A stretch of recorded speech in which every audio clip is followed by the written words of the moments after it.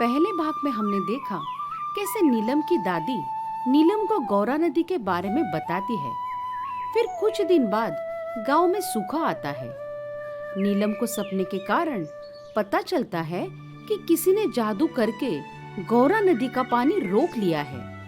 फिर नीलम और उसका भाई राघव मिलकर उसी रहस्य को सुलझाने के लिए नदी की ओर चलने लगे। आगे देखिए इस रहस्य का क्या होता है। दोनों भाई बहन ने चारों ओर देखा। आवाज चारों तरफ से आ रही थी। अचानक उनके सामने सफेद रोशनी का गोला उतरा और उसमें से निकली एक सुंदर परी। परी के कपड़े चांद की तरह चमक रहे थे। उसके पंख तारों जैसे झिलमिला रहे थे। उसके चेहरे पर मधुर मुस्कान थी। नीलम और राघव आश्चर्य से देख रहे थे। नीलम ने धीरे से पूछा, आप कौन है? परी ने उत्तर दिया, मैं हूँ चांदनी परी। मैं गौरा नदी की रक्षक हूँ। नदी का जीवन मेरी शक्ति से जुड़ा है। नीलम ने कहा, तो आप ही ने मुझे बुलाया था। परी मुस्कुराई और बोली, हाँ नीलम, नदी खतरे में है, इसलिए मैंने तुम्हें पुकारा। राघव घबराकर बोला, खतरे में कैसे? परी ने गंभीर स्वर में कहा, नदी का जादू कमजोर हो रहा है। एक दुष्ट नागराज उसकी शक्ति छीनना चाहता है। अगर ऐसा हुआ तो ये नदी हमेशा के लिए सूख जाएगी। नीलम ने साहस से कहा, मैं नदी को बचाऊंगी। परी ने उसकी आंखों में झांका, बोली, तुम्हारे दिल में सच्चाई है, लेकिन नदी को बचाने के लिए तुम्हें परीक्षाएं देनी होंगी। नीलम ने दृढ़ता से कहा, मैं तैयार हूं। राघव डर गया। उसने कहा, दीदी, क्या तुम सच में सब कर पाओगी? नीलम ने उसका हाथ थाम लिया। बोली, अगर हम हिम्मत नहीं करेंगे तो गांव कैसे बचेगा? परी ने हाथ हिलाया। अचानक उनके सामने 3 चमकदार मोती प्रकट हुए। परी बोली, ये 3 परीक्षाएं तुम्हें 3 मोती देंगे। सिर्फ उन्हीं से नदी का जादू लौट सकता है। पहली परीक्षा है स्वार्थ पर विजय। दूसरी परीक्षा है डर पर विजय। और तीसरी परीक्षा है लोभ पर विजय। नीलम ने सिर हिलाकर हामी भरी। परी बोली, तुम्हारी यात्रा अब शुरू होती है। उसने अपना हाथ उठाया और अचानक नीलम और राघव के चारों ओर नीली धुंध छा गई। उन्हें लगा कि वो फिर से कहीं और पहुंच रहे हैं। राघव ने कहा, दीदी, मुझे डर लग रहा है। नीलम ने हिम्मत देकर कहा, डर मत, हम साथ हैं। धीरे धीरे धुंध साफ होने लगी। धीरे धीरे नीली धुंध छटने लगी। सामने एक हरा भरा जंगल नजर आया। उस जंगल के बीचों बीच एक छोटा झरना बह रहा था। झरने का पानी साफ और मीठा था। उसके चारों ओर सूखे पेड़ पौधे खड़े थे। ऐसा लग रहा था कि झरना ही जीवन का आखिरी सहारा है। नीलम और राघव झरने के पास पहुंचे। तभी वहां 3 लोग आ गए। पहला आदमी बहुत बलशाली था। दूसरा आदमी धनी व्यापारी जैसा था। तीसरा आदमी साधारण किसान था तीनों उस झरने के पानी को अपना अपना बताने लगे। बलशाली आदमी बोला, ये पानी मेरा है। मेरी ताकत से कोई मुझे रोक नहीं सकता। व्यापारी हंसकर बोला, पैसा सब कुछ खरीद सकता है। ये पानी मैंने खरीद लिया। किसान दुखी होकर बोला, मैं गरीब हूँ, पर मेरे खेत बिना पानी के सूख जाएंगे। तीनों आपस में झगड़ने लगे। झगड़ने की वजह से पानी व्यर्थ बहने लगा। नीलम आगे बढ़ी। नीलम ने कहा, तुम सब क्यों लड़ रहे हो? अगर तुम बांट लोगे तो सबको पानी मिलेगा। बलशाली आदमी गुर्राया। मुझे किसी की सलाह नहीं चाहिए। व्यापारी बोला, ए लड़की, तुझे क्या पता पानी का मूल्य क्या है? किसान उदास होकर बोला, काश ये सच में सबको मिलता। नीलम ने गहरी सांस ली। उसने राघव से कहा, हमें इन्हें समझाना होगा।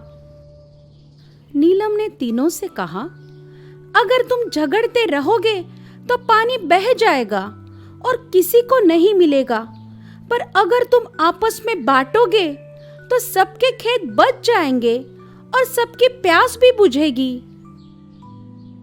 बलशाली आदमी सोच में पड़ गया। व्यापारी भी थोड़ा शांत हुआ। किसान की आंखों में उम्मीद चमकी। नीलम ने उन्हें पानी बराबर बांटने का तरीका समझाया। नीलम ने कहा, थोड़ा थोड़ा सब ले, किसी को नुकसान नहीं होगा। आखिरकार तीनों मान गए। सबने पानी बराबर बांटा। झरना और भी तेजी से बहने लगा। अचानक झरने से एक चमकदार रोशनी निकली। वो रोशनी मोती का रूप लेकर नीलम की हथेली में आ गई। परी की आवाज गूंजी, नीलम, तुमने पहली परीक्षा पार कर ली। ये है सहयोग का मोती। नीलम खुश हो गई। राघव बोला, दीदी, तुम सचमुच कमाल हो। नीलम ने कहा, अब अगली परीक्षा आने वाली है। राघव ने सिर हिलाया। दोनों तैयार हो गए। धुंध हटते ही वे एक अंधेरी गुफा में पहुंचे। गुफा बहुत विशाल थी। चारों ओर चमगादड़ उड़ रहे थे। गुफा की दीवारों से अजीब आवाजें आ रही थी। राघव डरकर नीलम से चिपक गया। उसने कहा, दीदी, ये जगह बहुत डरावनी है। नीलम ने कहा, हमें बहादुर बनना होगा। अचानक गुफा के अंदर से तेज गर्जना हुई और सामने प्रकट हुआ एक धुएं से बना राक्षस। उसकी आंखें लाल अंगारों जैसी चमक रही थी। राक्षस चिल्लाया, कौन है? कौन है जो मेरी गुफा में आया? मैं सबको निगल जाता हूँ। राघव कांप गया। उसने नीलम का हाथ कसकर पकड़ लिया। नीलम ने हिम्मत से कहा, हम तुम्हें डरने नहीं आए, हम सच जानने आए हैं। राक्षस गरजा, मैं तुम्हें खा जाऊंगा। नीलम ने साहस से कदम आगे बढ़ाया। उसने पूछा, क्या तुम भूखे हो? राक्षस अचानक चुप हो गया। उसने हैरानी से पूछा, क्या कहा? नीलम बोली, तुम्हें भूख लगी है ना, इसलिए तुम सबको खाना चाहते हो। राक्षस ने धीरे धीरे सिर हिलाया। बोला, हाँ, मुझे हमेशा भूख लगती है, पर कोई मुझे कभी खाना नहीं देता। सब मुझसे डरकर भाग जाते हैं। नीलम ने अपने थैले से रोटी निकाली। उसने कहा, लो, ये खाओ। राक्षस ने रोटी ली और खा गया। रोटी खाते ही उसका चेहरा बदल गया। उसका डरावना रूप धीरे धीरे शांत हो गया। उसकी आंखों की लाल चमक मिट गई। उसकी आवाज भी नरम पड़ गई। राक्षस ने कहा, धन्यवाद बच्ची, तुम पहली इंसान हो जिसने मुझसे डरने की बजाय मेरी मदद की। अचानक उसके हाथ में एक और मोती चमकने लगा। उसने वो मोती नीलम को दिया। राक्षस बोला, ये है साहस का मोती। नीलम ने मोती लिया और मुस्कुराई। परी की आवाज गूंजी, नीलम, तुमने दूसरी परीक्षा भी जीत ली। तुम्हारे दिल में निडरता और दया दोनों है। राघव खुशी से उछल पड़ा। उसने कहा, दीदी, अब तो 2 मोती मिल गए। नीलम ने कहा, हाँ, लेकिन तीसरी परीक्षा अभी बाकी है। राघव ने गहरी सांस ली। बोला, उम्मीद है हम उसे भी जीत लेंगे।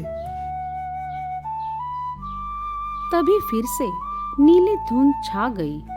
दोनों भाई बहन ने एक दूसरे का हाथ कसकर थाम लिया और वे तीसरी परीक्षा की ओर बढ़ने लगे। नीली धुंध के छटते ही नीलम और राघव ने अपने चारों ओर देखा। इस बार वे एक बहुत बड़े महल के सामने खड़े थे। महल सोने और हीरे से चमक रहा था। उसकी दीवारें मोतियों से जड़ी हुई थी। दरवाजे चांदी के थे और उन पर कीमती रत्न लगे थे। चारों ओर सोने के सिक्कों के ढेर लगे थे। हर जगह खजाने की चमक फैली हुई थी। राघव की आंखें फैल गई। देखा दोस्तों, कैसे नीलम और राघव ने मिलके 2 परीक्षाओं का सामना किया। अभी भी तीसरी परीक्षा बाकी है। क्या है तीसरी परीक्षा में, जानने के लिए जुड़े रहिए हमारे साथ। इसका 3rd एंड लास्ट पार्ट जल्दी ही आने वाला है। देखते रहिए कैसे नीलम और राघव मिलके जादुई नदी की रक्षा करते हैं।